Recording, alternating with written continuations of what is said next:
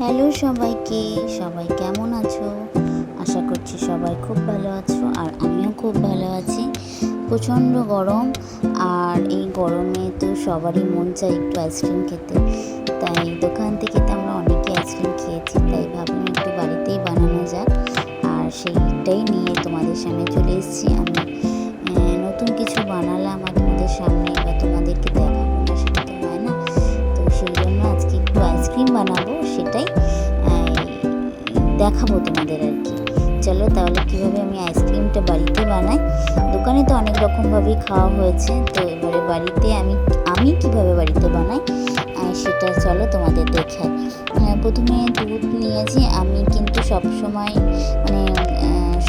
মানে আমি আইসক্রিম বানালে ফুল ফ্যাট দুধটাই নিই, মানে যেটা আমুল গোল্ড ওইটা। তো তোমরা যে কোনো দুধ নিতে পারো, সেটা তোমাদের অপশনাল। তবে ফুল ফ্যাট দুধটা নিলে সেটা ক্রিমি আসে, মানে আইসক্রিমটা খুব ক্রিমি হয়, তো ওটাই ভালো হয়। তো ফার্স্টে দুধটা একটু হালকা গরম হয়ে যেতে, উষ্ণ গরম হয়ে যেতে আমি একটা বাটিতে তুলে নিয়েছি।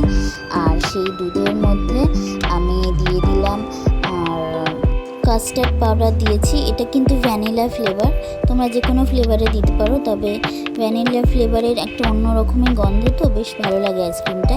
2 চামচ দিয়েছি কাস্টার্ড পাউডার, আর 2 চামচ দিয়েছি মিল্ক পাউডার, যেটা গুঁড়ো দুধ আর কি, ওইটা দিয়েছি। দিয়ে ভালো করে মিশিয়ে নিয়েছি। আবার দুধটা আর একটু জাল দিয়ে নিলাম। অল্প একটু ফুটে গেলেই কাস্টার্ড পাউডার আর গুঁড়ো দুধ যেটা মিশিয়ে রেখেছিলাম সেটা দিয়ে দিলাম। দিয়ে ভালো করে কিন্তু এটা নেড়ে নেব। বেশিক্ষণ রাখবে না, তাহলেই দেখবে জমে যাচ্ছে। তো একটু ভালোভাবে নেড়ে নিলেই হয়ে যাবে।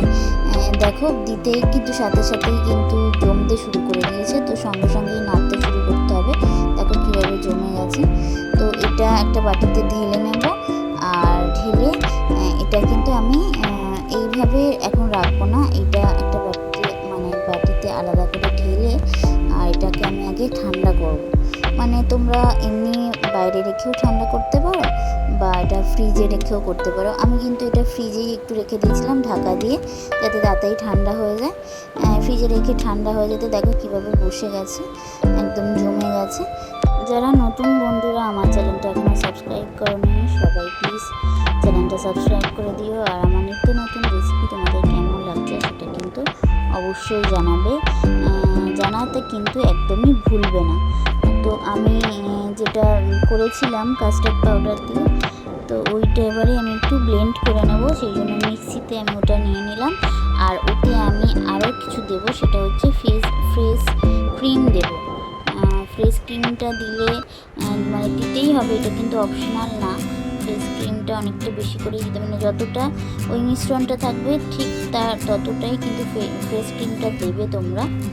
আর দিয়ে ভালো করে ব্লেন্ড করে নেবে। ব্লেন্ড করে নিয়ে দেখো আমার এরকম টাইপের একটু হয়ে গেছে। এবারে আমি যাতে জমতে দেব, মানে আইসক্রিমটা যাতে বসবে আর কি, ফ্রিজে দেবো, তো সেটা নিয়ে নিয়েছি। এবারে এর মধ্যে আমি আইসক্রিমের এই ব্লেন্ডটা দিয়ে দিলাম।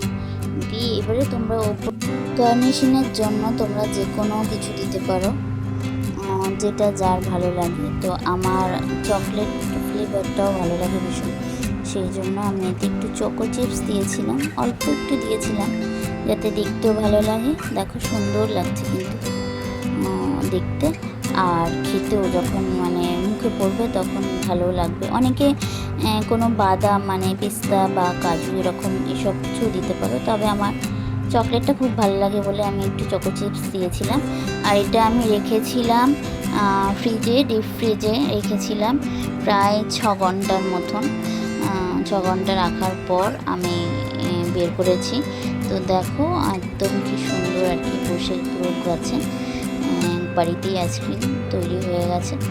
তো খুব একটা বেশি সময়ও লাগে না, আর খুব যে অনেক আইসক্রিমটার পিছনে ঘাটতে হয় সেটাও না, খুব অল্প সময়ের মধ্যেও হয়ে যায়, আর বেশি এও করতে হয় না। তো কেমন লাগলো আইসক্রিমটা সেটা অবশ্যই তোমরা জানাতে ভুলবে না। আর ভালো লাগলে একটা সাবস্ক্রাইব করে দেবে, লাইক করে দেবে, আর কমেন্ট করে কিন্তু অবশ্যই জানাবে কেমন লাগলো। দেখো আমি সার্ভ করছি, তুলছি আইসক্রিমটা, কতটা সুন্দর আর ক্রিমি হয়েছে। যে তুলছি সেটা তোমরা কিন্তু দেখে বুঝতে পারবে কতটা ক্রিমি হয়েছে। মানে দোকানের আইসক্রিম তো আমরা খাই, আর বাড়িতে এইভাবে একবার বানাবে, দেখবে খুবই সুন্দর লাগে। আমি আর একটু চকো চিপস দিয়ে গার্নিশিং করছি, দেখতে কিন্তু খুবই ভালো লাগছে আর খেতেও ভীষণ টেস্টি হয়েছিল, ভীষণ। আমি করেছি বলে বলছি না, বাট আমি খেয়েছি তো, ভীষণ ভালো হয়েছিল খেতে, একদম ক্রিমি। দেখো, তো চলো টাটা আজকের মতো, সবাই ভালো থেকো, সুস্থ থাকো, আবার দেখা হবে নেক্সট একটা ভিডিওর সাথে। টাটা।